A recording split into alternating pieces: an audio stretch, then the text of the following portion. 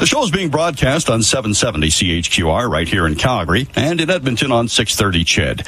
Every Saturday morning at this time, I'll be speaking with Premier Jason Kenney about some of the issues of the day, but it's really your opportunity to ask questions of the Premier, voice your concerns, or raise any issues that you feel need to be addressed. Whatever's on your mind, you can speak with the Premier one-on-one. Just remember to keep it short and respectful, be patient, and we got a lot of calls and texts, so please keep those text messages short as well. There are a lot of them.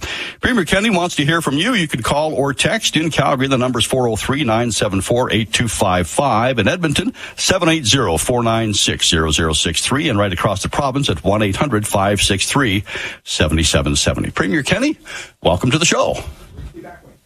Now, I'd like to start this week's show with something that just about everybody's been talking about for the past few weeks, and that is electricity rates. Now, you and I have discussed this on previous shows, but it's an issue that really continues to evolve. You announced back in March that the government would be providing a $50 a month rebate for 3 months to more than 1 million homes, farms, businesses to help people cope with the rising cost of electricity. Now, on Wednesday, the bill to implement this, that's called the, let me check my notes here, Utility Commodity Rebate Act, was tabled in the legislature. Now, if I'm reading it right, it's essentially a two-part plan, one for electricity rebates, one for the natural gas rebate program, and the natural gas rebates to take effect between October 1 and March 31st.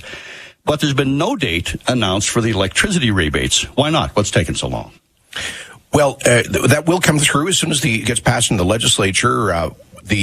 We'll pass on the money to the utility companies to then pass it on to consumers on their bills.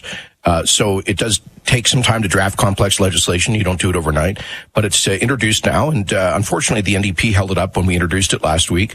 I hope they will agree with us to pass it quickly, get it in place, and then we can get that money onto people's utility bills this spring. Now, a lot of Albertans have been hard hit. So hard hit that they haven't been able to pay those bills. And quite frankly, a $50 a month rebate for those folks does nothing. But more importantly, as of April 15th, they're no longer protected by the moratorium that was imposed on the energy providers not to shut off their service. And reports suggest more than 1,000 Albertans could be affected. They could be in line to have their power shut off. So what's happening on that front? How's your government helping these people, if at all? Well, Wayne, my understanding is that moratorium is a long-standing policy. It's not a COVID-era thing. It's always been there. And there's always been some people who are in arrears, but we have asked the power companies to be sensitive to the impact of rapid inflation, of the high energy costs this year and all the dislocation from COVID. And there are different ways that people can apply for relief. There's no doubt, though, that electricity prices are a huge burden on people. This is the result, in part, of big policy mistakes. This week, we also released, Wayne, an independent audit of the power purchasing agreement fiasco under the NDP, where they cost us $1.3 billion, partly through their rush shutdown of the coal plants. Those were producing the most reliable and lowest cost form of baseload electricity. They also approved $7.5 billion of additional transmission infrastructure, introduced the carbon tax, and cost billions of dollars of costs to convert coal plants to gas. Now, all of those costs are being passed on to consumers, plus the increase in the carbon tax. And people are now feeling the pinch. At the very least, one thing could happen would be for Ottawa to stop raising the carbon tax, but unfortunately they won't. Now, we had a University of Calgary, a School of Public Policy study that was released the same day that Associate Minister Dale Nally tabled Bill 18. And it said that the lion's share of the increase in the electricity rates is due to producers increasing their fees. So how is your government responding to that? Is because people just can't afford to wait for increased competition to help prices level out? Well, as you know, what they charge is regulated, but so some of the costs have gone up because of natural gas. Like the cheapest form of power production we had in the province, Wayne, was coal. That was thermal coal plants, and it was the most reliable. The NDP, in their ideological zeal, shut down all those coal plants, forcing a conversion to gas, which is much more price sensitive. And right now we're seeing a big, gas prices now are like 7 times higher than they were 3 years ago.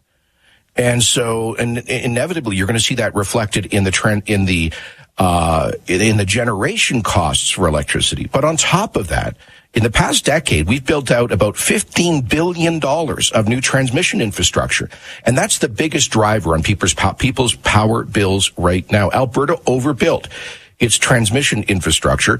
Our government has put a pause on that, and we've only approved, I think, $100 million of new transmission infrastructure. We overbuilt, and consumers are now paying for that, unfortunately. All right. Let's take a pause on my questions. We'll go to the phone lines. We've got lots of calls coming in. We've got some good texts as well. We're going to go to Don from Edmonton. And Don, question on the rebates. Go ahead, Don. Hi, thanks for having me on.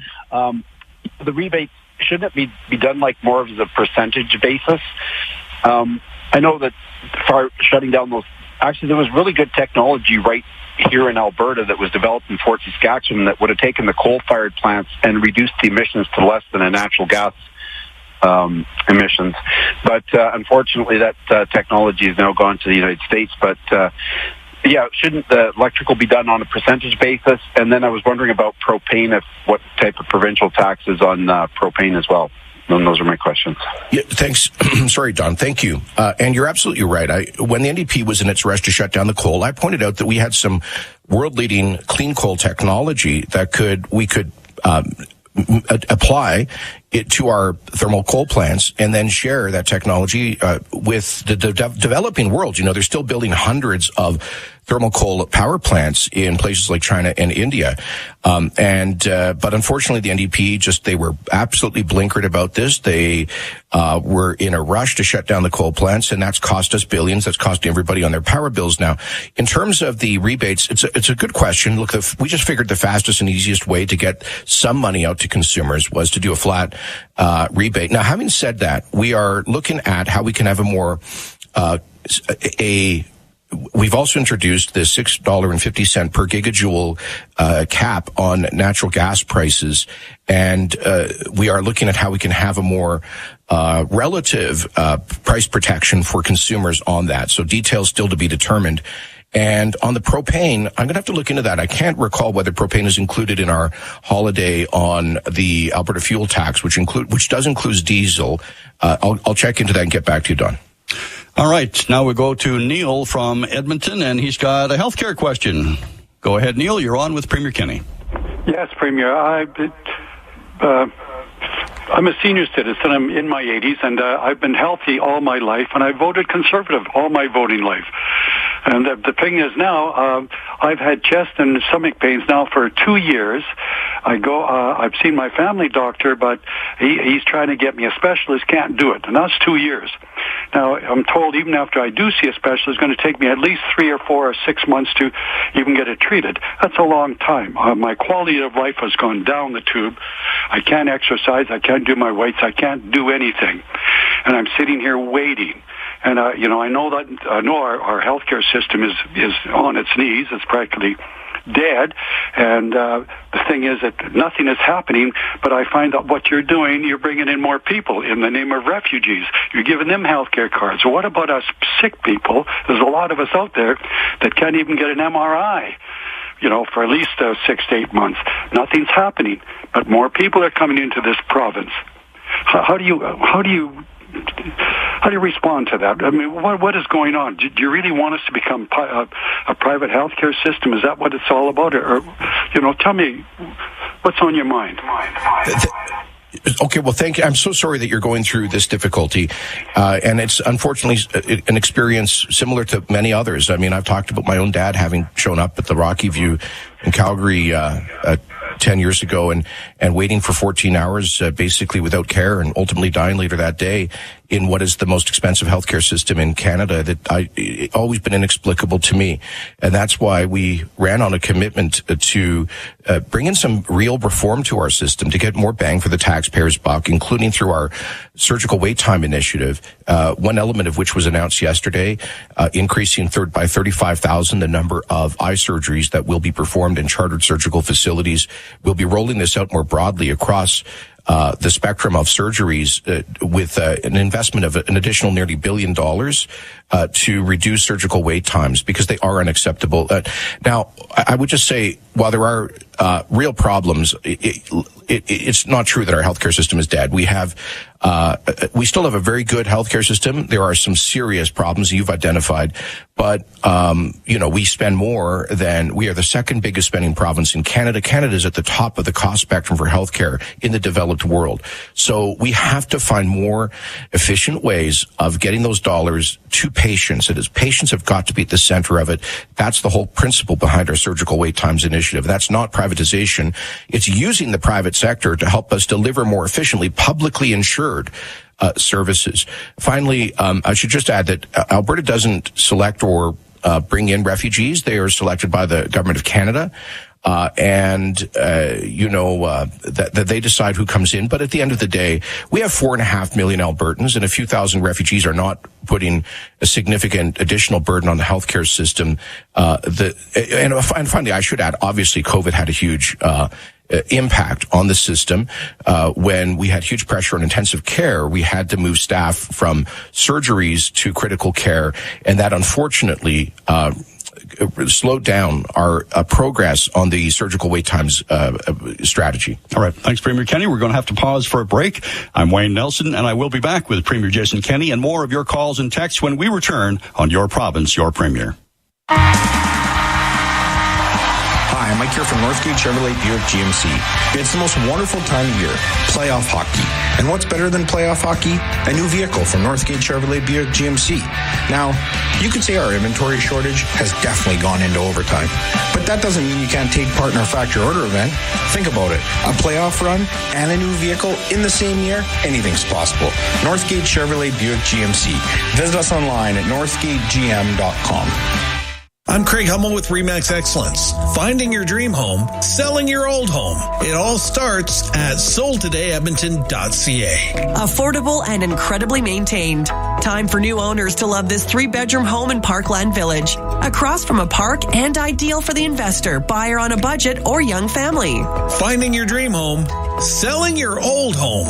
It all starts at soldtodayedmonton.ca. The Salvation Army is helping Ukrainian refugees across Europe with meals, clothing, temporary housing, hygiene and health supplies, family reunification assistance, emotional and spiritual care, and more. Refugees are fleeing to many countries such as Romania, Slovakia, Poland, and the Czech Republic, but because the Salvation Army has permanent facilities across Europe, they're able to provide immediate aid, along with vital information about the very real increased risk of human trafficking. You can help. Visit salvationarmy.ca today. Denied long-term disability? If the insurance company invites you to appeal, remember, the truth is that appeals can often trap you and run out the clock on your rights. There is a much more powerful option to get the compensation you deserve. Go to disabilityrights.ca and get disability lawyer Savannah Markin in your corner. Discover what the insurance companies don't want you to know and how Savannah can force them to pay what you are owed. disabilityrights.ca.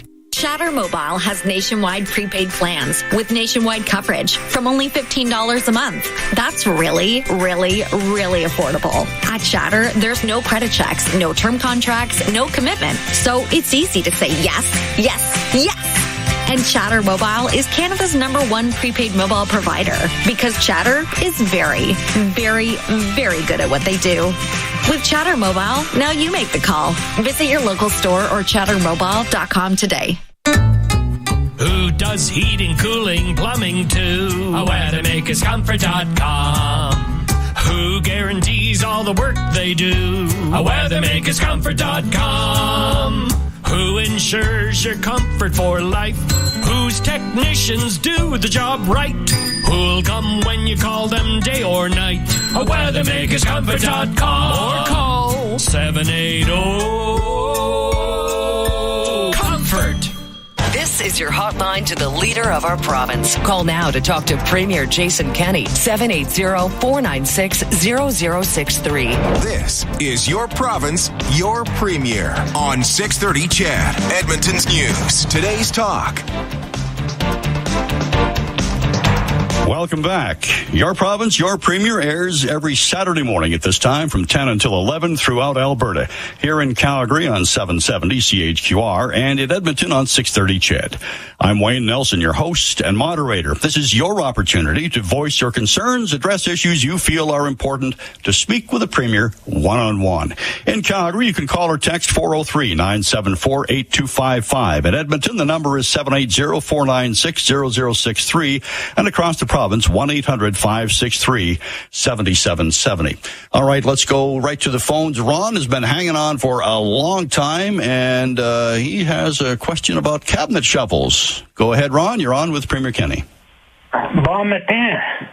I would like you to share your philosophy on cabinet shuffles. For the most part, you've made very few, and I believe this has taken away some of the excess power of the bureaucrats. Thank you. Well, bon matin, Ron. That's actually a very good point. Margaret Thatcher used to call the bureaucracy the permanent government, and she wasn't wrong. And don't get me wrong, I respect our public servants, but if they're in their positions for years, sometimes decades, they have a huge advantage over elected ministers who come and go. And I saw this in Ottawa a lot. Stephen Harper kept me at immigration for 5 years.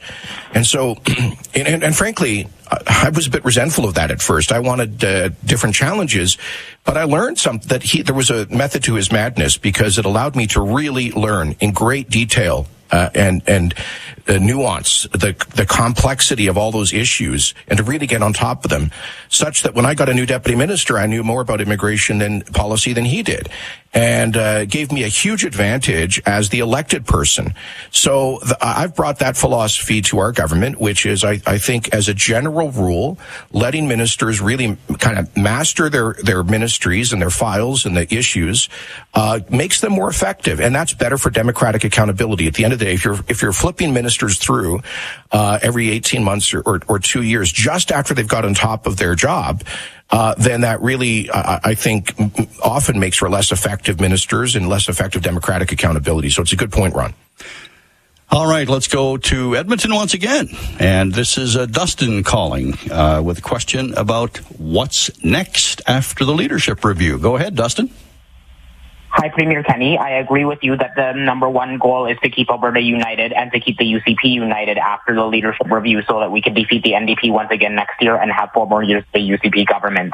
What steps are you going to take out to those who have opposed your leadership in the leadership review to maintain caucus unity after the leadership review? Well, thanks, Dustin. Our members will be deciding over the next few weeks on the future of the party. I'm hopeful and confident that I'll receive an endorsement, and I'll read it as an endorsement of unity, discipline, of moving forward to the future focused on the Albertans' key priorities, not internal party politics. So, as I said at our virtual special general meeting 3 weeks ago in Red Deer, Dustin, I will respect the decision of our members, regardless of what it is. If the members decide to go in a different direction, I'll thank them for having had the chance to serve in the best job in Canada as Premier of Alberta. But if the members decide that they want to maintain unity and coherence into the future, then I will expect all of our caucus colleagues to respect the democratic decision of the members as well. And so, our caucus has demonstrated in the past that there is a limit to our willingness to accept very constant attacks on the government and on the team and on confidentiality. And you cannot operate as a government without at least a basic level of professionalism, discipline, and unity. And so if the members vote to maintain unity, I'll take that as marching orders. And I believe that our caucus will as well. Premier Kenny, on that note, a published report out today, criticism, the Chief of Staff to Infrastructure Minister Prasad Panda has been taken over, filling a position within your staff, and responded to a newspaper column that featured renewed criticism of you from some UCP caucus members.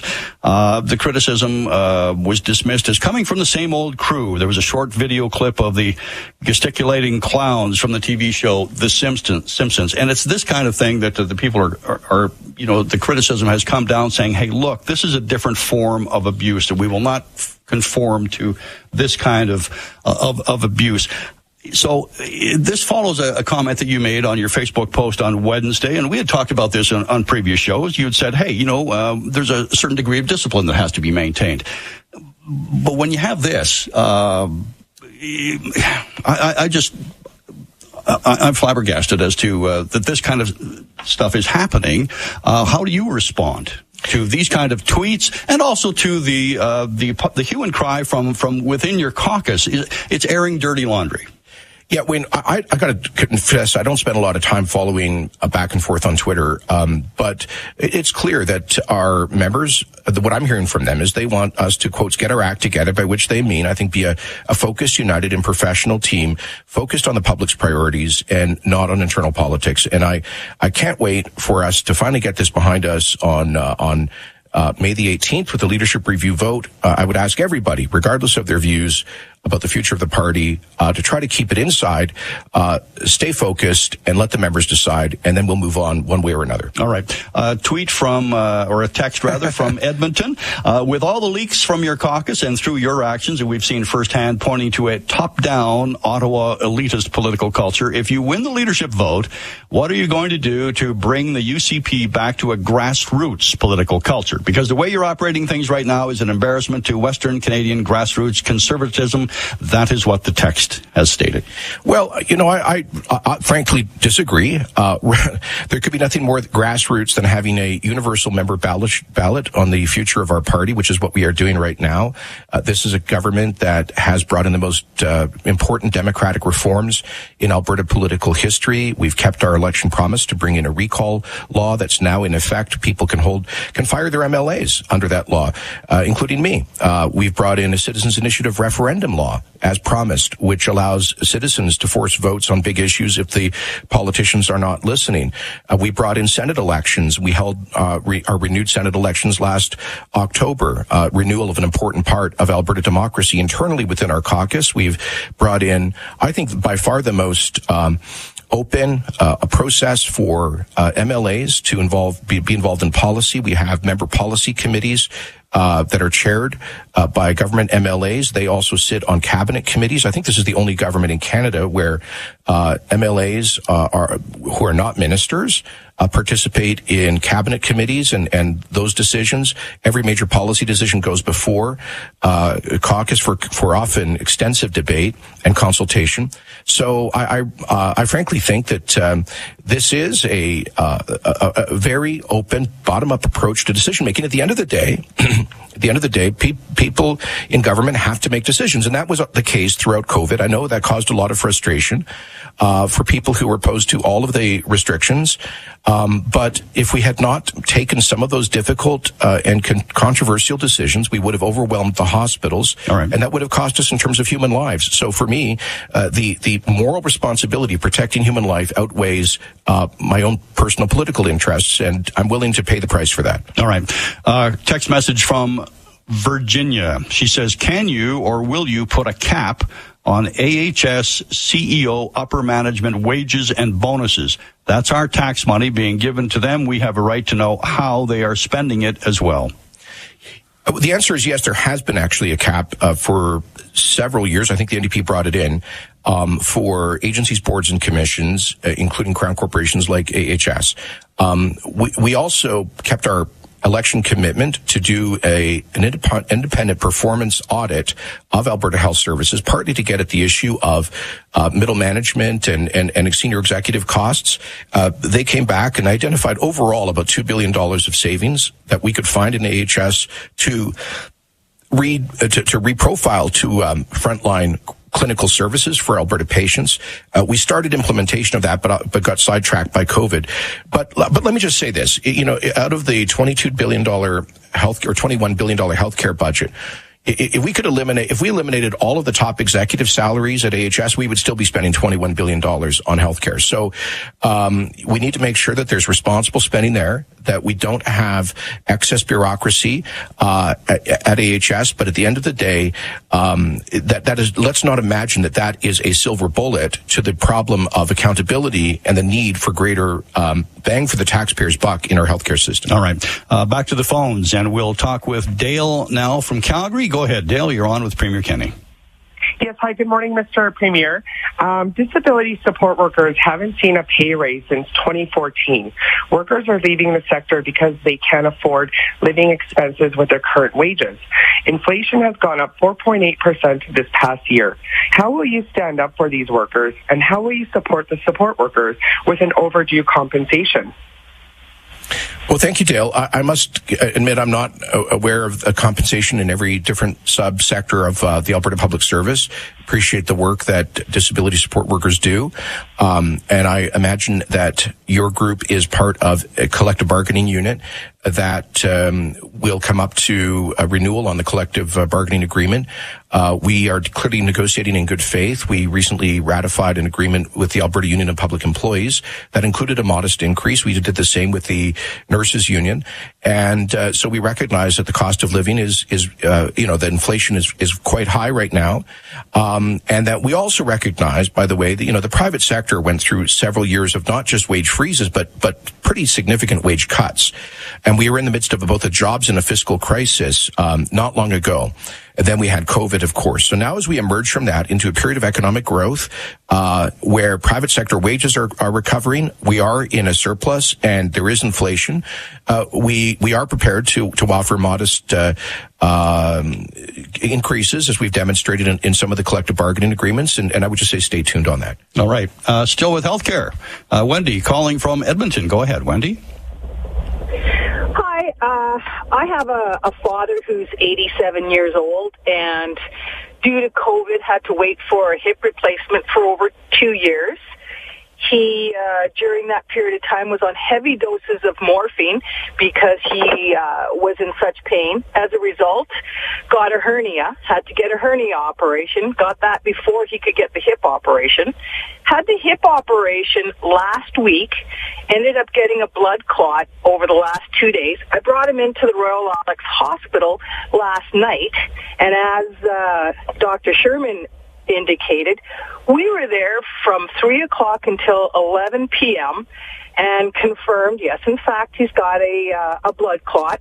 Please come back tomorrow morning at 10 a.m. for an ultrasound. So now I'm waiting for him to have his ultrasound outside the Royal Alex Hospital because I can't be in there with him because of COVID and because of whatever else. The guy's 87 years old.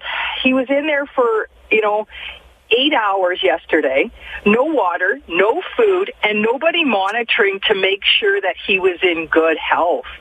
I fear that the next generation, me, I can't even imagine what our emergency situation is going to be, what it's going to look like.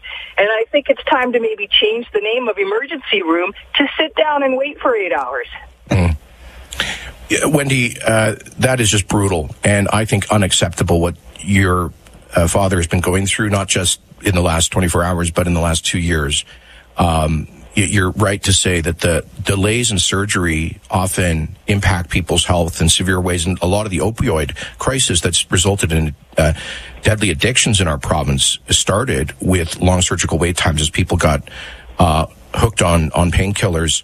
And people's health deteriorates. This is just not acceptable. This is not acceptable in a province that spends more than almost any other in Canada on healthcare, in a country that spends almost more than any other amongst publicly insured systems. It's not acceptable in a $22 billion system.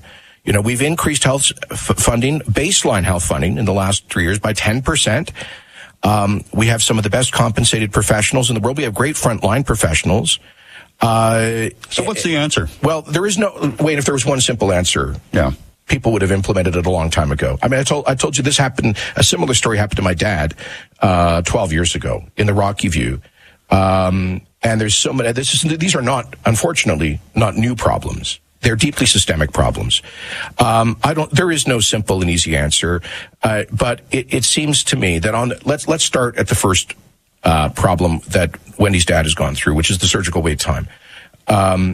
That is why we've put an additional $1 billion into contracting out surgeries, publicly insured surgeries in private chartered facilities, because yes, they do use the innovation of the private sector.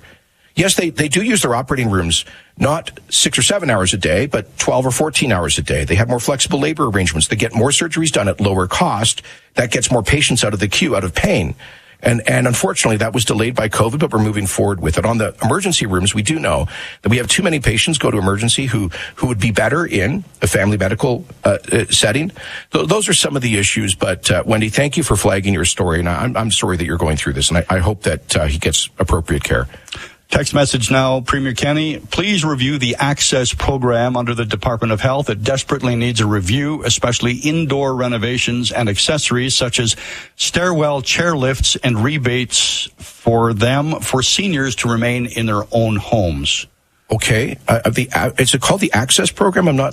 This is what the text message says. I think I know what the call is referring to. And there is funding for, accessibility upgrades for people who need them, particularly in a home care setting. But thank you. Noted. Their concern is I've taken a note on that. All right. John is calling from Medicine Hat. An insurance question. Go ahead, John. Well, I'm just wondering from the Premier why we would throw, the cap on insurances right out the window. Like, insurance companies have upped almost everybody's rates across the board. Why would we completely lift the cap? Like, I understand everybody needs an increase, but our insurance rates went up 300%. Like, I don't know if that's acceptable in other people's world, but it doesn't work in mine. Yeah. Why would it be 100% lifted? That's my question. Well, thanks very much, John. The problem we were facing 2-3 years ago was, or I should say 3 and 4 years ago, was that more and more insurance companies were pulling out of the Alberta market. That meant less competition. A lot of people weren't able to get insurance at all. Some had to pay 100% of their premiums up front rather than over a payment program. And more companies were telling us they were going to pull out of the market. And that's in part because personal injury awards in the courts, in the legal system, were going up very dramatically. The Klein government had brought in effectively a cap, a limit on certain kinds of soft tissue personal injury awards for PNC insurance. And effectively, loopholes been found through that, which caused a huge increase in payouts. That was being reflected in higher premiums. Then the premium cap came in. And a lot of these companies weren't making money in the Alberta market. They pulled out. We believe the best way in the long run to get lower premiums is to have a very competitive marketplace. Many insurers are now actually filing with the regulator for a reduction in premiums. I know AMA has filed for a 7.4% reduction this year, and that'll, I think, set the pace in the market. But that's effectively, when you step in and distort the market, you end up with less competition and ultimately, in the long run, higher rates. All right. Bill has been hanging on for about half an hour already. Bill, thank you for your patience. You are now on with Premier Kenney. Hi, thanks a lot. Well, apparently the drug ivermectin is being made available in New Hampshire over the counter without a prescription for the early treatment of COVID. So I wonder if you would help, Premier, facilitate that here in Alberta as well. No, absolutely not, because I'm not in charge, and nor should I be in charge of regulating pharmaceuticals. I am not a pharmacist. I'm not a medical doctor, and I'm not a scientist. And in Canada, the regulation of drugs is up to Health Canada, and the regulation of the medical practice is up to in our case, the Alberta College of Physicians and Surgeons. So I respect their expertise, and if they decide that there's an appropriate COVID application to a drug, then they can prescribe it. They can authorize it and prescribe it. My understanding, though, is that the producer of ivermectin, the company that actually produces it, did not apply to Health Canada for it to be used as a therapeutic for COVID, because they said there's not compelling evidence that it is appropriate for COVID. So You can't, we can't. Doctors generally are not going to prescribe a drug that is not authorized for a particular use. And again, that's for the independent regulators, not for politicians to decide. All right. Quick response, if we could, Premier. This one from our text line. Ask the Premier about the natives blocking irrigation water for the Lethbridge Northern Irrigation District that has no water for irrigation in Feedlot Alley near Picture Butte. Yeah, that's a critically important issue. Because there's many farms and ranches, feedlots in southern Alberta that depend on the water flow, and this is effectively a pump station for that irrigation network. And we've had an agreement. The government of Alberta has had an agreement with the Piikani First Nation since 2002 on that particular facility. It is operated by Alberta Environment and Parks, and it's on the Piikani First Nation reserve land. So meetings have been, we've been in constant communication. This is not a new issue. This is a 15-year-old issue, but we've been in very intense communication over the past week with the Piikani Band Council and Chief Stanley Greer, and we hope to be able to come to a resolution quickly. We understand the urgency of this. We just ask everybody to maintain calm, because a situation like this can become quite combustible. We are doing our best, working with Indigenous Relations and Environmental Parks, the Irrigation Association, and the Piikani First Nation to find an acceptable resolution to this as soon as possible. All right, we have time for one quick call before we have to take a break, and we will go to Chad from Edmonton. Go ahead, Chad. Premier, we're quickly approaching 30,000 hospitalizations and are well north of 500,000 PCR confirmed cases. Dr. Hinshaw indicated we are likely only detecting maybe a quarter of total cases.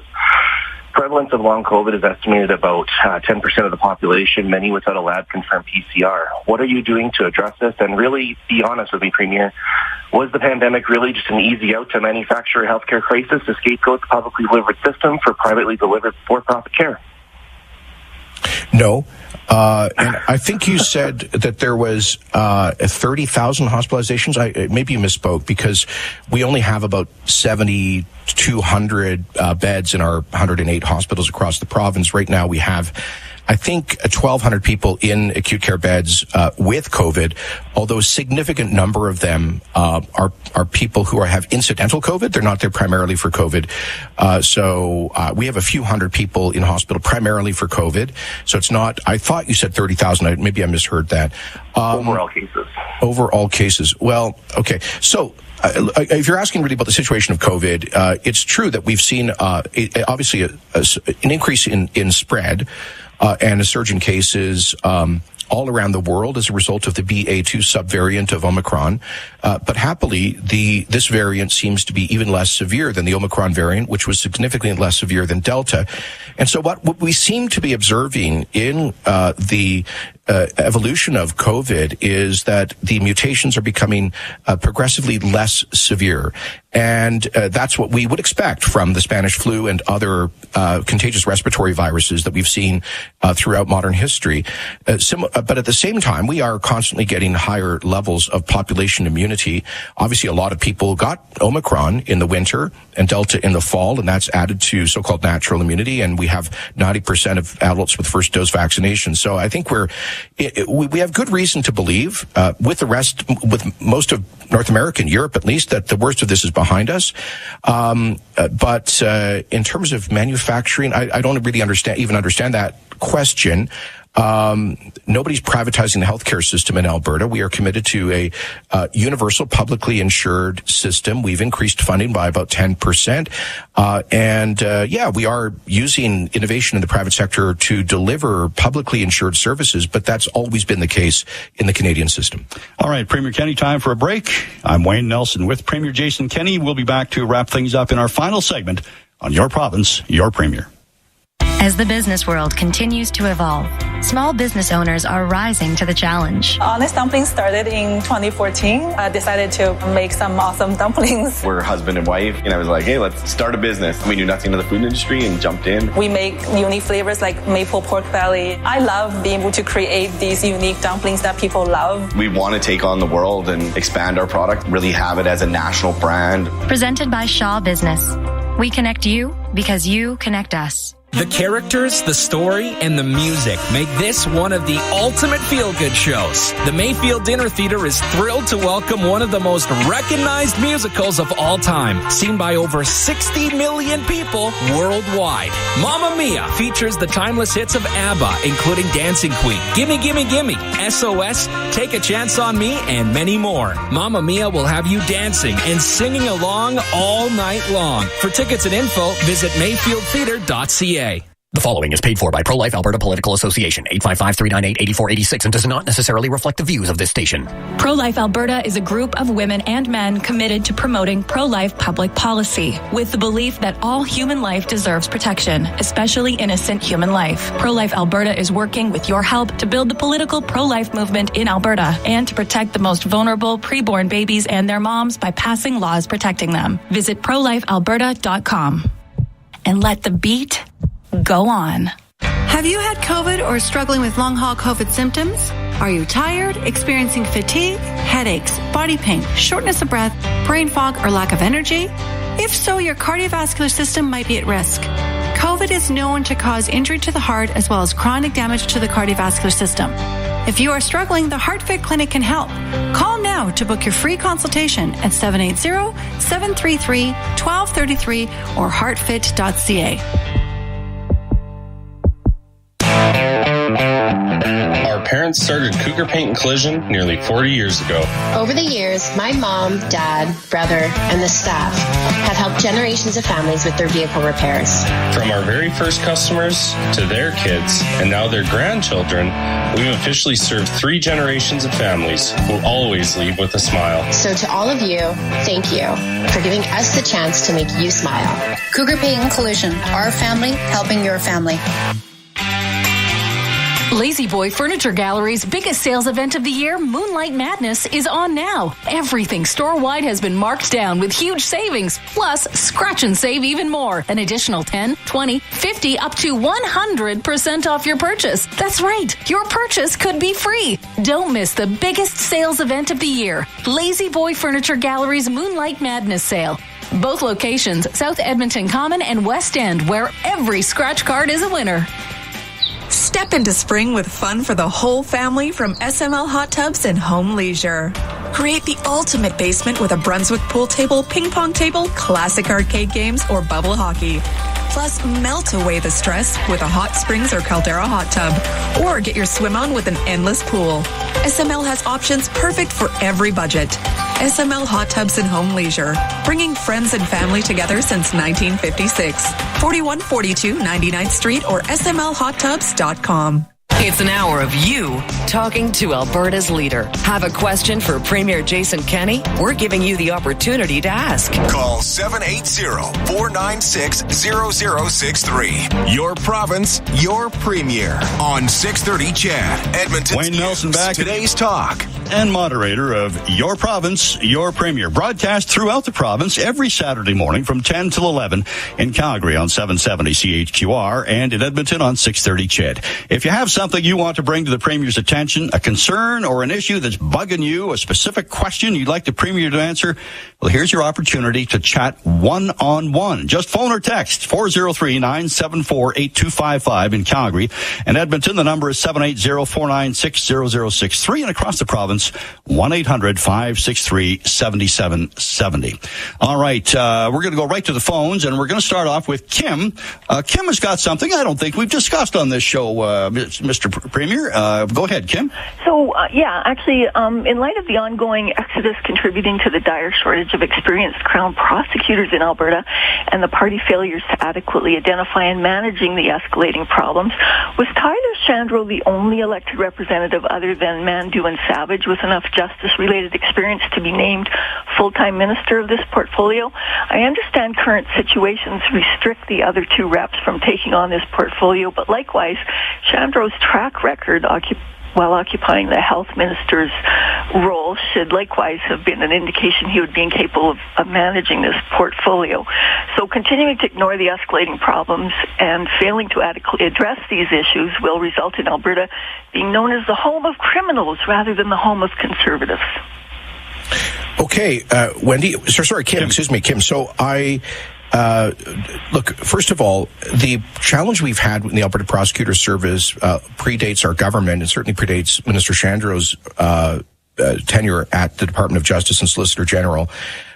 There's been the previous government, I think in 2014, imposed a wage freeze on everybody in an executive level position in the Alberta Public Service, and that included prosecutors as lawyers. And so their pay had been frozen, for about 7-8 years. Now, we lifted that freeze this year because we're now, the province's finances are on a sustainable track. And we've in fact negotiated a significant increase in compensation for a number of the prosecutors. And we've hired a lot more. We have 35 more trial prosecutors in place more now than in 2019, and have more than doubled the number of our articling positions as part of the long-term plan to grow the ranks of Alberta prosecutors.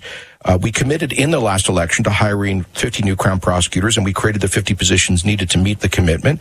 And we're in ongoing discussions with the association that represents the Crown prosecutors to address their outstanding concerns. So this is not about any particular minister. This is about a pay issue that goes all the way back to 2014.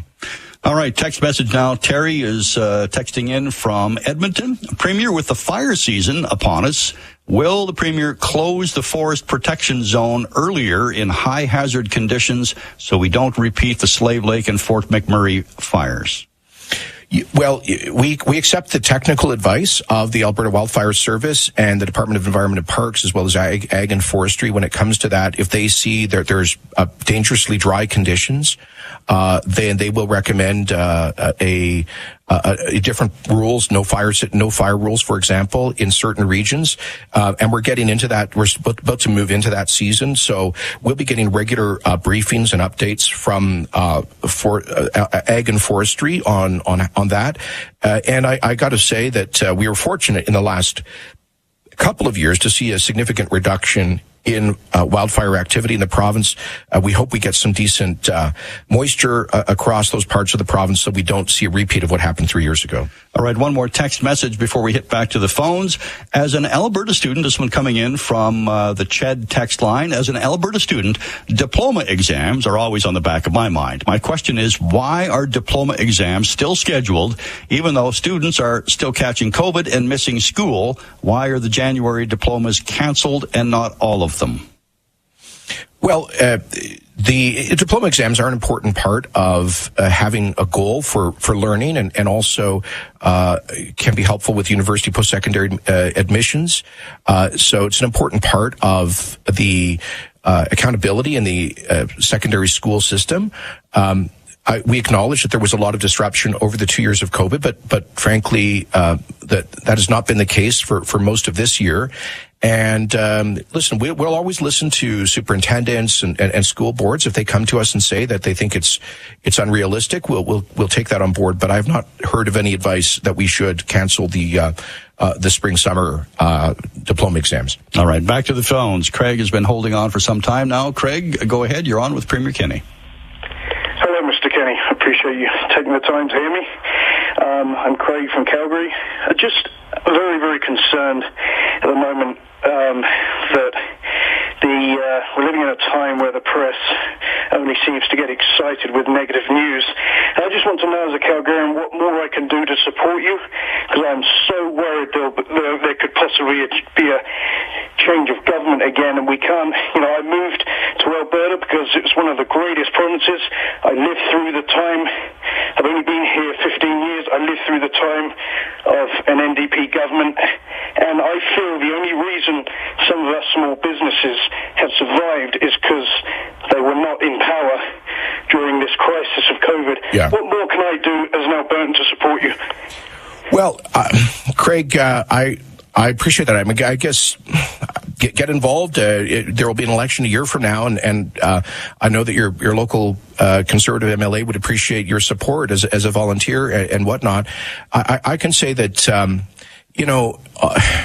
it's unfortunate, Wayne, and this is not a criticism. It's I totally welcome. There's always critical questions on a program like this, but often that that crowds out the positives that are happening, which are many in Alberta right now. We're leading Canada in economic growth. We did last year. We're projected to do so in 2023. 145,000 net new jobs since the beginning of last year. Last year was the best year in the history of Alberta. Tech, venture capital, innovation, film and television, forestry, agriculture revenues, exports, manufacturing, oil and gas, diversification is happening. We've cut taxes on job creators, regulation has been cut.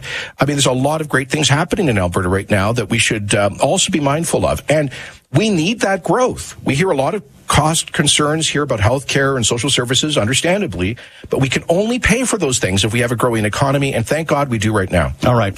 This goes to an issue that we addressed earlier in this show. This is a text message. Brandon has a question for Premier Kenney. Just want this opinion on social media becoming such a large part of politics, especially Twitter. And I think he must be referring to that tweet we were discussing earlier today. Social media, large part of politics. Yeah, it's a blessing and a curse, right? In one way, it's easier to communicate, but in another perspective, it can give voice to a lot of anger, hostility, bitterness, and division. I would just encourage people on social media and including my own team, but everybody to try to give others the benefit of the doubt wherever possible. Try to provide thoughtful commentary and not nastiness. There's just too much of that. Keep it professional. Premier Kenney, we've run out of time. The minutes fly by on this show. Thank you very much for joining us once again. I really appreciate it. Thanks, Wayne. And we will do this again next Saturday morning at this same time. I'm Wayne Nelson, and you've been listening to Your Province, Your Premier.